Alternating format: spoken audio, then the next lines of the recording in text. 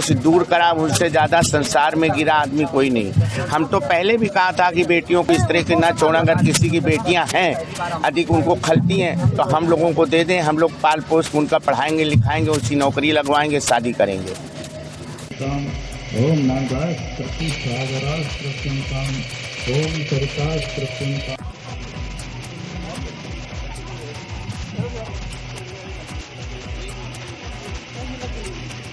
करने की प्रेरणा किस तरीके से मिली और कब से ये कार्य कर रही है? इस कार्य को करने की प्रेरणा मेरी पत्नी ने मुझको प्रदान की थी, माधवी सेंगर ने। उसने ये कहा था कि अजन्मी बेटियों के लिए मंगलामुखी बहनें भी तर्पण यदि करेंगी तो वे समाज की मुख्य धारा से जुड़ेंगी।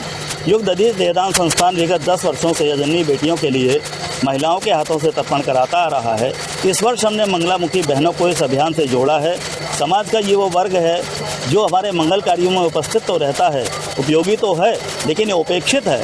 हम इसे अपने मंगल कार्यों में ससम्मान आमंत्रित करने से कतराते हैं। समाज के इस वर्ग को उसका सम्मान दिलाने के लिए और उसे मुख्य धारा से जोड़ने के लिए, उसके अधिकारों को से वापस करने के लिए आज हमने मंगलामुखी वर्ग को भी अजन्मी बेटियों के तर्पण के लिए आमंत्रित किया है।